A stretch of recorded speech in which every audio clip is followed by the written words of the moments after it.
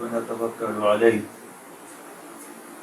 ونعوذ بالله من شرور أنفسنا ومن سيئات أعمالنا من يهده الله فلا مضل له ومن يضلل فلا هادي له ونشهد أن لا إله إلا الله وحده لا شريك له ونشهد أن سيدنا محمدا عبده ورسوله أرسله بالهدى ودين الحق ليظهره على الدين كله وكفى بالله شهيدا وصلى الله عليه وسلم تسليما كثيرا كثيرا أما بعد فأعوذ بالله من الشيطان الرجيم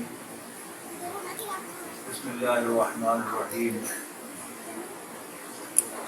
ألم يجدك يتيما فآوى ووجدك ضالا فهدى ووجدك عائلا فأغنى.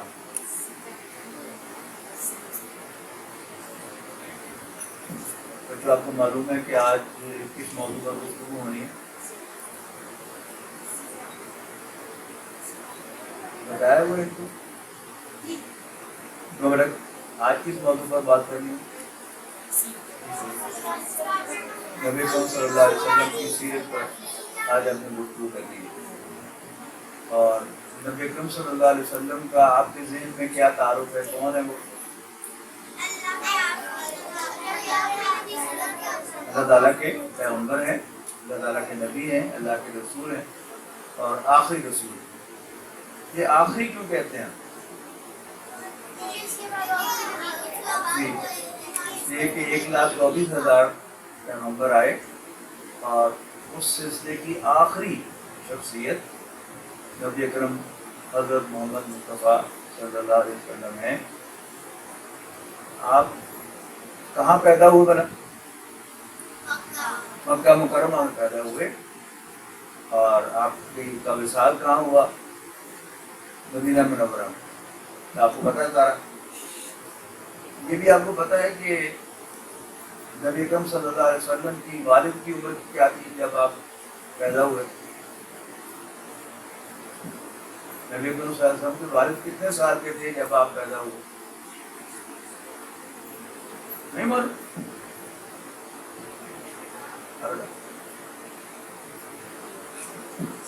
نبی اکرم صلی اللہ علیہ وسلم کے والد دنیا میں نہیں تھے. آپ ایک یتیم بچے کی حیثیت سے اس دنیا میں تشریف لائے. یہ فیصلہ کس کا تھا کہ آپ یتیم ہو؟ ایکسیڈنٹلی یتیم ہو گئے حادثاتی طور پر، یا اللہ تعالیٰ نے یہ فیصلہ کیا کہ آپ اس دنیا میں اس حال میں آئیں کہ آپ کے والد آپ کے سر پہ موجود نہ ہوں؟ اللہ تعالیٰ کا فیصلہ ہے.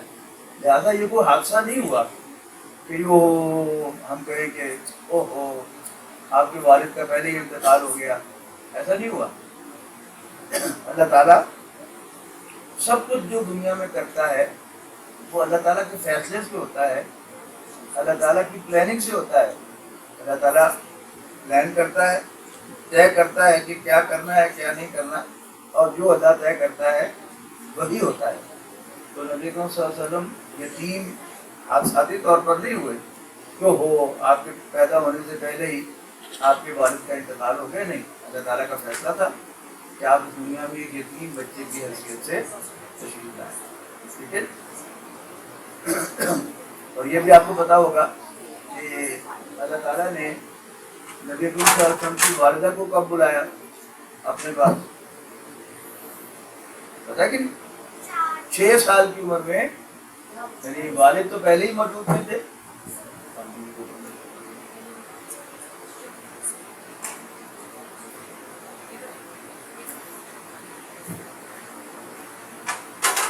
والد تو پہلے ہی نہیں تھے اور آپ کی والدہ کا بھی انتقال ہو گیا، اس دنیا سے چلی گئی جب آپ کی عمر صرف 6 سال تھی. لیکن آپ اس طرح کے یتیم نہیں تھے کہ جس کا کوئی وارث نہیں ہوتا. اللہ تعالیٰ نے نبی اکرم صلی اللہ علیہ وسلم کی حفاظت کا خوب بندوبست کیا. پہلے آپ کے دادا کے دل میں آپ کی بے پناہ محبت ڈالی، اور اس کے بعد پھر جب دادا کا بھی 8 سال کی عمر میں انتقال ہو گیا، جب نبی اکرم صلی اللہ علیہ وسلم کی عمر 8 سال تھی تو آپ کے دادا کا بھی انتقال ہو گیا. تو آپ کا خاندان بنو ہاشم کا ہاشمی تھے نبی اکرم صلی اللہ علیہ وسلم، تو بنو ہاشم کا سربراہ ابو طالب بن گیا، آپ کا چچا آپ کا تایا تھا، وہ خاندان کا سربراہ بن گیا، اور مکے کی روایت کے مطابق یتیم بچہ خاندان کے سربراہ کی ڈائریکٹ سپرویژن میں چلا جاتا ہے۔ ابو طالب نے نبی اکرم صلی اللہ علیہ وسلم کو سیکیورٹی تو پرووائڈ کی، کہ آپ کی حفاظت تو کی اس وقت تک جب آپ کی عمر 50 سال ہو، یعنی 42 سال تک ابو طالب خاندان کا سربراہ بنا، اور اس نے نبی اکرم صلی اللہ علیہ وسلم کی حفاظت کی، لیکن اس نے اس ینگ بچے کو فائنینشلی سپورٹ نہیں کیا، یعنی کھلایا نہیں ان کو، کیوں؟ مرضی ان کی، اس لیے کہ نبی اکرم صلی اللہ علیہ وسلم کو 8 سال کی عمر میں بھیڑ بکریاں چرانی پڑی۔ چرانا سمجھے؟ بھیڑ بکری چرانا سمجھتے ہیں آپ؟ نہیں سمجھتے؟ یہ نہیں ہوتا کہ بکریاں چرا رہا ہوتا ہے کوئی شخص، کوئی بیل چلا رہا ہوتا ہے، گائے چلا رہا ہوتا ہے، بھینسیں چلا رہا ہوتا ہے، کہ ان کو چھوڑ دیا جاتا ہے کھلا اور وہ چرتی پھرتی ہیں، کوئی ادھر سے گھاس میں منہ مار لیا، ادھر سے کچھ درخت میں سے کچھ ٹہنیاں کھا لی، ان کو چرنا کہتے ہیں۔ تو ان کے اوپر ایک ہوتا نا بچہ ہوتا ہے، بچی ہوتی ہے، یا کوئی بڑا آدمی ہوتا ہے جس نے ایک چھڑی ہاتھ میں پکڑی ہوتی ہے، اس کو چرواہا کہتے ہیں، شیپرڈ، ٹھیک ہے؟ تو نبی اکرم صلی اللہ علیہ وسلم نے بکریاں چرائیں، بھیڑ بکریاں چرائیں مکے کے سخت موسم میں، جہاں ٹیمپریچر نارملی 50 ڈگری تک چلا جاتا ہے، بڑی سخت محنت ہے، اور خود آپ کا ارشاد ہے کہ میں نے بڑے معمولی معاوضے پر فلاں گھرانے کی بکریاں چرائی، معمولی معاوضہ، یعنی بڑی تھوڑی پیمنٹ ملتی تھی، ظاہر بات ہے اس سے بڑی مشکل آپ کا گزارا ہوتا ہوگا، لیکن یہ چیز تاریخ سے پتہ چلتی ہے کہ نبی اکرم صلی اللہ علیہ وسلم اس معمولی معاوضے کے باوجود اپنے اندر خدمت کا جذبہ رکھتے تھے، دوسروں کی خدمت، اور ظاہر پیسے تو تھے نہیں آپ کے پاس کہ لوگوں کی کوئی مدد کرتے، لہذا آپ نے کوئی ایسے طریقے اختیار کیے کہ جس میں پیسے نہیں لگتے، آپ نے یتیموں کے سر پہ ہاتھ رکھنا شروع کیا۔ یتیم کون ہوتا ہے جانتے ہیں نا؟ وہ بچہ جس کا والد اس کے سر پہ موجود نہ ہو اسے یتیم کہتے ہیں۔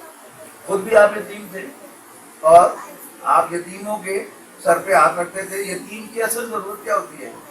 کہ کوئی اس سے ایسے پیار کرے کہ اگر اس کا والد زندہ ہوتا تو اسے پیار کرتا، ایسے گلے لگائے کہ اگر اس کا والد زندہ ہوتا تو اس کو گلے لگاتا۔ اس میں پیسہ تو نہیں لگتا نا؟ کیوں بھائی لگتا ہے پیسہ؟ نہیں۔ تو لہذا آپ یہ خدمت کیا کرتے تھے۔ اسی طرح مکے کی بوڑھی عورتیں، بیوہ جن کے خامد بھی فوت ہو چکے ہوں، ان کی ضرورت کیا ہے کہ کوئی نوجوان ان سے پوچھتا رہے آ کے کہ اماں جی کوئی کام ہو تو بتائیں، کہیں کوئی پیغام دینا ہے، یہ ٹیلی فون تو تھا نہیں، کوئی چیز جو ہے وہ یہاں سے وہاں لے کے جانی ہے، یا بازار سے کوئی سودا لا کے دینا ہے، تو اس کے لیے کیا ہے، کچھ ایسا بندہ چاہیے کہ جو آ کر ان سے پوچھتا رہے کہ کوئی کام ہو تو بتائیں۔ تو نبی صلی اللہ علیہ وسلم یہ خدمت بھی کیا کرتے تھے، یتیموں کی بھی اور بوڑھی بیوہ عورتوں کی۔ جب آپ بڑے ہوئے، یعنی 8 سال کی عمر میں آپ نے بھیڑ بکریاں چرائیں، اور یوں سمجھیے کہ جب آپ بالغ ہو گئے، 17-18 سال عمر ہو گئی، تو پھر آپ تجارت کے پیشے سے وابستہ ہو۔ آپ تاجر نہیں تھے، بزنس مین نہیں تھے، کہ آپ کے پاس سرمایہ نہیں تھا۔ دو ہوتے ہیں نا کسی بھی بزنس میں، پارٹنر، ایک جو سرمایہ لگاتا ہے، پیسہ لگاتا ہے، اور دوسرا جو کام کرتا ہے۔ تو نبی اکرم صلی اللہ علیہ وسلم کے پاس سرمایہ تو نہیں تھا، پیسے تو نہیں تھے، لہذا آپ تاجر نہیں تھے، آپ بزنس سیلز مین تھے، لوگوں کا مال لے کے جاتے تھے، اور اس میں جو نفع ہوتا تھا اس میں سے نبی اکرم صلی اللہ علیہ وسلم کو بھی حصہ ملتا تھا۔ اس دوران مکے میں مشہور ہو گیا کہ ہاشمیوں کا یہ لڑکا محمد بن عبداللہ صلی اللہ علیہ وسلم عجیب سیلز مین ہے، یہ مال کا نقص بتا کر بیچتا ہے. ابھی بات سمجھ رہے کہ مال کا نقص بتا کر بیچنا کیا مطلب؟ کہ نارملی انسان جب مال بیچتا ہے تو اس کا جو نقص ہوتا ہے وہ چھپا لیتا ہے تاکہ یہ بک جائے. لیکن نبی اکرم صلی اللہ علیہ وسلم نے ایک نئی روایت قائم کی کہ مال کا نقص پہلے بتا کر پھر بیچنا، اور مال سودا بیچنے کے لیے بھی جھوٹ نہ بولنا. ہوتا ہے آپ بازار میں پھل لینے کے لیے جاتے ہیں تو ریڑھی والے نے جو خراب حصہ ہوتا ہے وہ پیچھے کی طرف رکھا ہوتا ہے روکوٹ کا، اور جو اچھا صاف ستھرا حصہ ہے اس کو سامنے رکھا ہوتا ہے. تو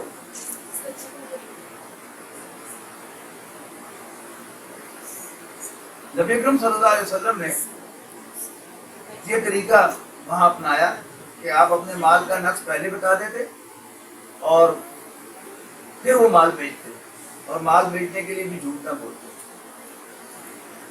تو جنگ محمد بن عبداللہ کو سچا اور امین کہا گیا. سچا آپ جانتے ہیں، امین کا مطلب ہے کریڈیبل، جس پر ٹرسٹ کیا جا سکے، جس پر اعتماد کیا جا سکے. تو نبی اکرم صلی اللہ علیہ وسلم صادق اور امین مشہور ہو. مکے میں ایک خاتون تھی جن کا نام تھا خدیجہ بنت خویلد رضی اللہ تعالیٰ عنہ.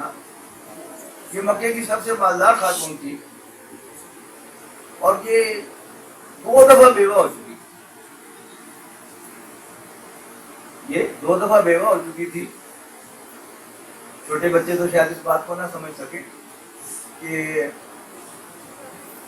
عام طور پر شادی کرنے کے لیے اپنی ہم عمر یا اپنے سے چھوٹی جو عمر کی لڑکی ہوتی ہے اس سے شادی کی جاتی ہے. اور اگر کسی کو اپنی عمر کی لڑکی نہ ملے شادی کرنے کے لیے اور اس کو بڑی عورت سے شادی کرنا پڑی تو یہ بڑا ایک نیگیٹو سمجھا جاتا ہے. تو وہ بڑا معروف رہا وہ شخص کہ اس کو اپنے میچ کی لڑکی بھی نہ ملی. نبی اکرم صلی اللہ علیہ وسلم جب بڑے ہوئے اور شادی کا خیال آیا تو آپ کا ذہن اپنی چچا کی بیٹی، تایا کی بیٹی ام ہانی کی طرف گیا، یعنی حضرت علی کی بڑی بہن ابو طالب کی بیٹی. لیکن اب ابو طالب نے رشتہ نہیں دیا. اللہ تعالیٰ نے خدیجہ بنت خویلد کو 2 دفعہ بیوہ کرا کے ٹرین کیا ہوا تھا کہ کیسے اپنے شوہر کی خدمت کی جاتی ہے اور کیسے اس کو خوش رکھا جاتا ہے نبی اکرم صلی اللہ علیہ وسلم کی زندگی کو کمفرٹیبل بنانے. اس کے علاوہ وہ خدیجہ خود بھی بہت نیک خاتون تھی. مکے میں وہ طاہرہ کے نام سے مشہور تھی، پاک باز خاتون، نیک خاتون. جب خدیجہ بنت خویلد نے محمد بن عبداللہ کی صلی اللہ علیہ وسلم رضی اللہ عنہ کی مشہوری سنی کہ یہ سچا اور دیانتدار ہے، امین ہے، تو انہوں نے بلا بھیجا اور کہا کہ تم میرا مال لے کے جاؤ، میں تمہیں باقیوں سے 2 نفع دوں. نبی اکرم صلی اللہ علیہ وسلم نے اپنے چچا سے مشورہ کر کے یہ پیشکش قبول کر لی. حضرت خدیجہ نے اپنا مال دے کر بھیجا اور اپنا ایک بھتیجا اور اپنے ایک غلام بھی ساتھ بھیجا اور ان سے کہا کہ تم نے جو تمہیں یہ کہے محمد کو کرنا ہے صلی اللہ علیہ وسلم، لیکن اس کو آبزرو کرنا ہے، اس کا جائزہ لینا ہے، مجھے بتانا ہے کہ کیسا آدمی. اس سفر میں نبی اکرم صلی اللہ علیہ وسلم کو غیر معمولی ایکسٹرا آرڈنری نفع پہنچا، اللہ نے پہنچایا. اور واپس آ کر آپ نے خدیجہ بنت خویلد کو پائی کا حساب دیا. فوراً اندازہ ہو گیا خدیجہ بنت خویلد کو کہ جو مشہوری سنی تھی اس لڑکے کی بالکل ویسا ہی ہے، پائی کا اس نے حساب دیا ہے. پھر اپنے غلام جس کا نام میسرہ تھا اس کو بلایا کہ تم نے اس شخص میں کیا دیکھا. میسرہ نے کہا کہ میڈم یہ تو سنا ہی تھا کہ بڑا سچا اور ٹرسٹ وردی ہے، با اعتبار ہے، لیکن یہ تو کمال کا شخص ہے، اخلاق میں، کردار میں، معاملہ فہمی میں، ڈسیزن میکنگ میں اس کا جواب ہے۔ حضرت خدیجہ نے اس میسرہ غلام کو آزاد کر دیا۔ اس سے پہلے، بہت پہلے، حضرت خدیجہ نے ایک خواب دیکھا اور رات کو لیٹ طواف کر کے آئیں۔ ایک عورت تھی نا، تو رات کو طواف کرتی تھی تاکہ مردوں سے زیادہ آمنا سامنا نہ ہو۔ رات لیٹ طواف کر کے آئیں، بچے بھی سو چکے تھے، تو کمرے کے کونے میں دیوار کے ساتھ ٹیک لگا کر بیٹھی ہیں، وہیں آتا ہے۔ کیا دیکھتی ہیں کہ سورج آسمان سے اتر کر میرے گھر میں آئے اور سارے دنیا کے لوگ میرے گھر آ رہے ہیں اس سورج سے روشنی لے۔ تو حضرت خدیجہ کے ایک کزن تھے، برقہ بن نوفل ان کا نام تھا، وہ حق کی تلاش میں عیسائی ہو گئے تھے، اس لیے کہ نبی اکرم صلی اللہ علیہ وسلم سے پہلے تشریف لانے والے پیغمبر حضرت عیسیٰ علیہ السلام۔ مکے میں تو شرک ہی شرک تھا، بت پرستی تھی، لہٰذا وہ عیسائی ہو گئے تھے۔ تو یہ ان کے پاس گئی اور ان سے اپنا خواب بیان کیا، تو انہوں نے کہا کہ تمہارے گھر میں کوئی نبی آیا، بات آئی گئی ہوگی۔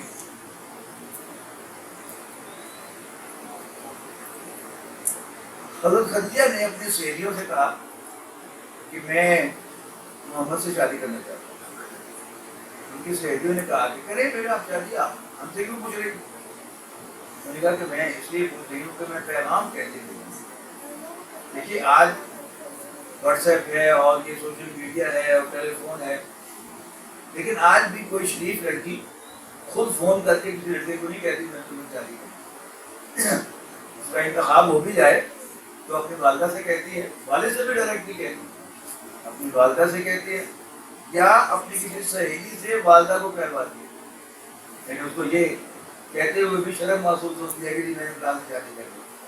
تو آج سے 1500 سال پہلے تو کتنی جھجک ہوگی، اور حضرت خدیجہ جو طاہرہ تھی، پاک خاتون تھی، ان کے لیے سب کوئی امکان نہیں تھا، لہٰذا انہوں نے کہا کہ میں سولوی کو پیغام کیسے دوں۔ تو حضرت خدیجہ کی ایک سہیلی تھی نفیسہ، اس نے کہا کہ یہ میں کر دوں گی۔ تو نبی اکرم صلی اللہ علیہ وسلم طواف کر کے نکلے، سامنے سے آئی نفیسہ اور کہنے لگی کہ محمد تم نے شادی نہیں کرنی صلی اللہ علیہ وسلم۔ آپ نے فرمایا کہ میں غریب آدمی ہوں، مجھ سے کون عورت شادی کرے؟ اور جو چچا نے ام ہانی کا رشتہ نہیں دیا تھا، تو نبی اکرم صلی اللہ علیہ وسلم کو یہ خیال تھا کہ شاید چچا نے اس لیے مجھے رشتہ نہیں دیا کہ میں غریب آدمی۔ تو حضور نے فرمایا کہ میں غریب آدمی، مجھ سے کون عورت شادی کرے؟ نفیسہ نے کہا اگر کوئی عورت تیار ہو تو آپ نے فرمایا کہ پہلے اس کا نام بتاؤ پھر میں ریسپونڈ کروں گا۔ اس کے بعد کہ خدیجہ بنت خویلد تم سے شادی کرنے کو تیار ہے۔ اب خدیجہ بنت خویلد کی ریپیوٹ کیا تھی، ان کی مشہوری کیا تھی کہ وہ پاک باز خاتون ہے، تو نبی صلی اللہ علیہ وسلم فوراً ان سے شادی کرنے کے لیے آپ نے ہاں کر دی، اور گھر آ کر آپ نے اپنے چچا سے کہا کہ مجھے خدیجہ کی طرف سے شادی کا پیغام ملا۔ ابو طالب نے دو کام کیے، ایک تو مشورے کے لیے اپنے دو بھائیوں ابو لہب اور حضرت عباس کو بلایا، اور کنفرمیشن کے لیے اپنی بہن صفیہ بنت عبد المطلب کو حضرت خدیجہ کی گھر سے انہوں نے دروازہ کھٹکھٹایا، اندر سے ایک قریب آئی، نوکرانی آئی، تو پوچھا کہ تمہاری میڈم ہے؟ انہوں نے کہا جی، ان کو بتاؤ کہ صفیہ بنت عبد المطلب آئی۔ تو جب اس قریب نے جا کر بتایا حضرت خدیجہ کو وہ کہ صفیہ بنت عبد المطلب آئی ہیں، تو حضرت خدیجہ خود اٹھ کر باہر آئیں اور باہر سے انہیں لے کر اندر گئیں، اور اندر جا کر بیٹھتے ہی آپ کے بچے ہیں ابھی، آپ کو اس کا اندازہ نہیں، یعنی یہ جو رشتے کی بات ہوتی ہے یہ جا کر پتھر نہیں مارنا ہوتا، پہلے دو دور کی باتیں ہوتی ہیں پھر جا کے وہ اصل بات کرنی ہوتی ہے۔ تو اس سے پہلے کہ حضرت صفیہ اس بات کو چھیڑتی، حضرت خدیجہ نے خود ہی کہا کہ آپ جو پوچھنے کے لیے آئی ہیں وہ درست ہے، میں نے واقعی محمد کو پروپوز کیا۔ تو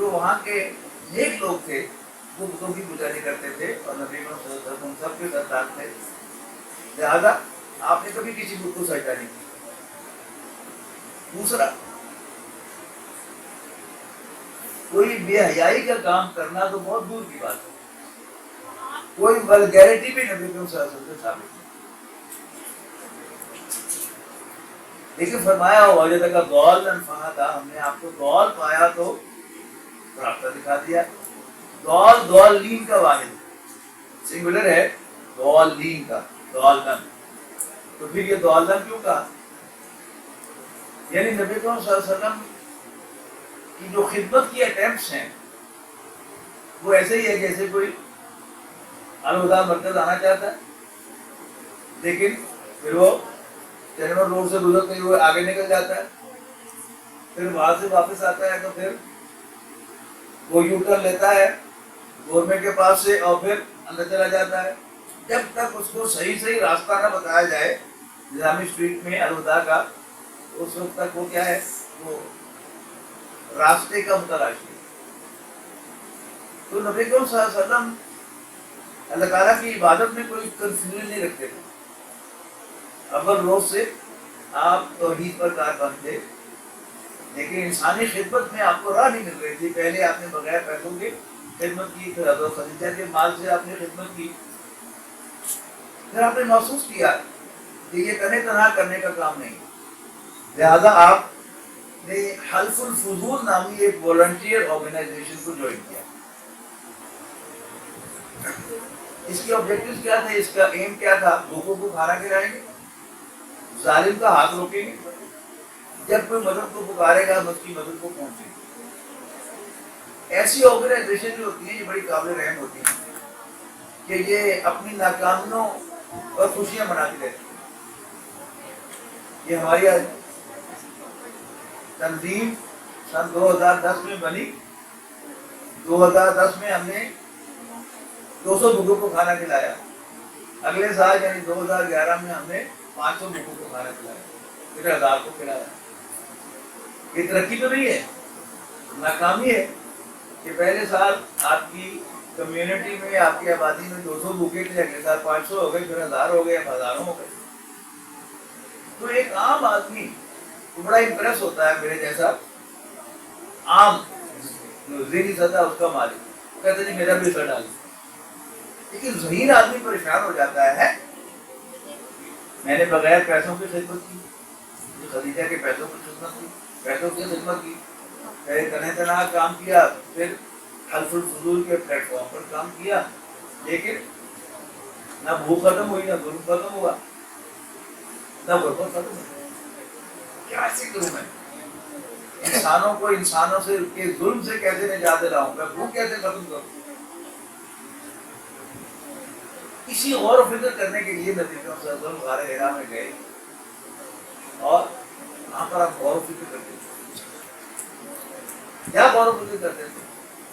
بعض لوگوں نے خیال کیا کہ شاید اس کائنات کے بارے میں غور و فکر کرتے تھے کہ کس نے بنائی، لیکن قرآن مجید گواہ ہے کہ مکے کا عام کافر اللہ تعالیٰ کو اس کائنات کا واحد مالک، واحد خالق سمجھتا تھا، ٹھیک ہے نا؟ قرآن مجید میں ہے کہ لئن سألتهم من خلق السماوات والارض، یقیناً اگر تم ان سے پوچھو کہ بتاؤ بھلا زمین و آسمان کو یعنی کائنات کو کس نے پیدا کیا، لَيَقُولُنَّ اللَّهُ، تو لازماً کہیں گے کہ اللہ ہی نے پیدا کیا۔ تو نبی کو صلی اللہ علیہ وسلم کو کیسے پتہ نہیں تھا؟ تو آپ کی غور و فکر یہی تھا کہ میں ظلم کیسے ختم کر سکتا ہوں، بھوک کیسے مٹا سکتا ہوں، غربت کا کیسے خاتمہ کر سکتا ہوں، اور اللہ تعالیٰ نے آپ کو گائیڈ کر دیا کہ یہ ایسے نہیں ہوگا۔ اس کے لیے آپ دو بنیادی نظریات لے کر جائیں پبلک۔ پہلا نظریہ جو وہ اللہ جس کو تم خالق سمجھتے ہو وہی تمہارا مالک ہے، تمہارا رب، اور دوسرا نظریہ یہ زندگی کو زندگی، اور اپنا تعارف یہ کراؤ کہ میں تمہارے رب کا بھیجا ہوا پیغمبر، اس کا رسول ہوں، اس کا نمائندہ۔ نبی اکرم صلی اللہ علیہ وسلم نے یہ تین نظریات پیش کیے لوگوں کے سامنے، تو آپ کی بے حد مخالفت ہوئی، اب چونکہ ابو طالب آپ کی حفاظت کر رہا تھا خاندان بنو ہاشم، تو آپ کو وہ ہاتھ تو نہیں لگا سکا، لیکن زبانی چیز کراتے رہے، کوئی پاگل کہہ رہا ہے، کوئی جادوگر کہہ رہا ہے، کوئی نکلچو کہہ رہا ہے کہ جی جو اور کتابیں اسے مل گئی ہیں ان کو پڑھ کے لے کے آیا ہے، وہاں پر روک ڈال رہا ہے۔ لیکن آپ کے ساتھیوں پر بہت تشدد ہے۔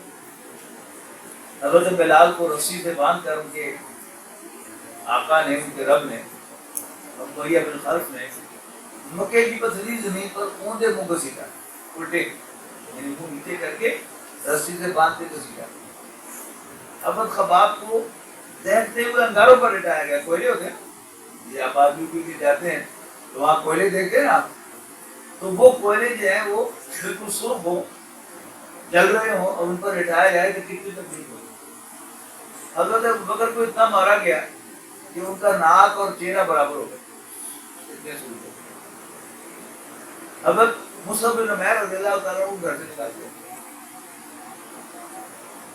لہذا سن 5 نبوی میں، نبوت کے 5ویں سال، صحابہ کرام کو ہجرت کی لینے حبشہ کی طرف ہجرت کرنے کی اجازت ہوئی۔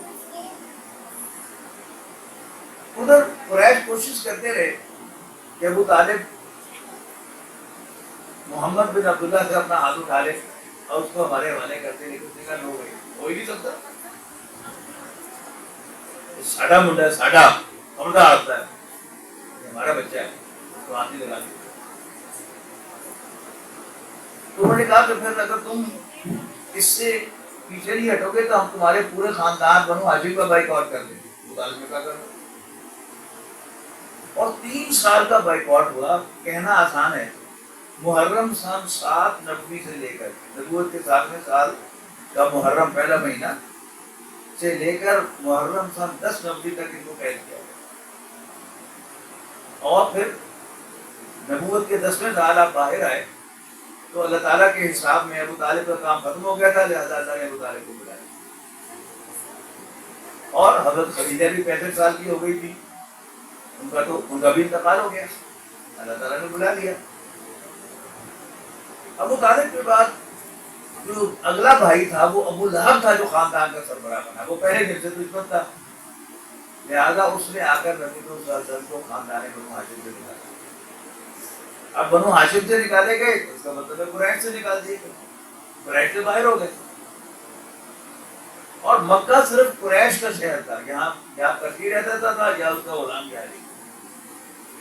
آپ نے 1-2 سرداروں سے پناہ مانگی، انہیں پناہ نہیں دی، آپ طائف چلے گئے، وہاں جو کچھ ہوا بس اسی پر اپنی گفتگو ختم کروں گا کہ آپ کو پتھراؤ کیا گیا آپ کے ٹخنے اور پنڈلی کے ہڈی پر، گھر میں پھرتے ہوئے فرنیچر کے ساتھ آپ کی پنڈلی ٹچ ہو جائے جان نکل جاتی، اتنا درد ہوتا ہے، اور جب بار بار پتھر پڑے آگے پنڈلی کے اوپر اور ٹخنے کے اوپر تو کیا ہوگا۔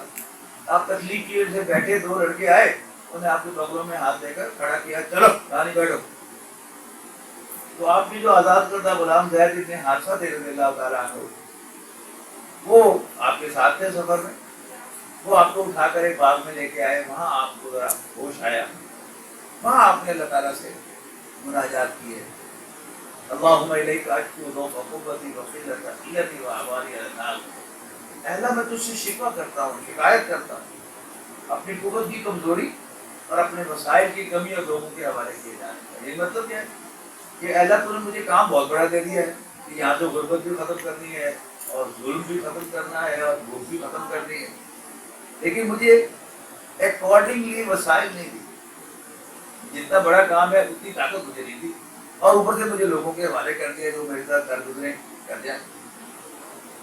اب اس کے رسپانس میں معراج ہوئی ہے نبی صلی اللہ علیہ وسلم، جیسے کوئی بچہ باہر سے پٹ کر روتا ہوا آئے نا، اور اس کی ماں یوں کہہ دے میرا چاند، بچے کے آنکھوں یہ رک جاتے، کیونکہ رسول اللہ صلی اللہ علیہ وسلم کی زبان پر شکوہ آیا، آنسو نکلے، تو اللہ تعالیٰ نے آپ کے آنسو پوچھنے کے لیے، آپ کو گلے لگانے کے لیے بلایا، اور کیا ہوا کیا نہیں ہوا وہ تو حاصل ہے، اختلاف بھی ہے اس میں، لیکن نیٹ رزلٹ کیا تھا کہ اللہ تعالیٰ نے آپ کو تسلی دے کر بھیجا، ری ایشور کر کے بھیجا کہ گھبرا مت، میں تیرے ساتھ ہوں۔ اور معراج کب ہوئی ہے؟ 11ویں سال کے مہینے رجب کی 27ویں شب، ٹھیک، اس کے بعد 4 مہینے گزرے، شعبان، رمضان، شوال، ذوالقعدہ، اور 5واں مہینہ ذوالحج کا ہے۔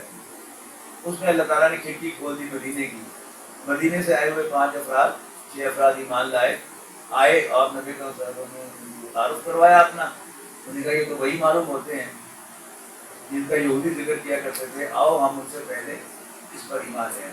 وہ ایمان لے آئے، اگلے سال 12 آئے، مصعب بن عمیر کو لے گئے مدرس کے طور پہ، انہوں نے 1 سال قرآن پڑھایا، ایسی ہموار کر دی زمین مدینے کی کہ اگلے سال 75 افراد آئے، جن میں 3 خواتین بھی تھیں، اور نبی کریم صلی اللہ علیہ وسلم کے لیے بڑی زبردست پیشکش لے کے آئے کہ اللہ کے رسول آپ کے خاندان والوں نے آپ کو ڈسون کر دیا ہے، قبیلے سے نکال دیا ہے، آپ ہمارے پاس تشریف لے آئے، ہم آپ کی حفاظت کریں گے جیسے اپنے بچوں کی حفاظت کریں گے۔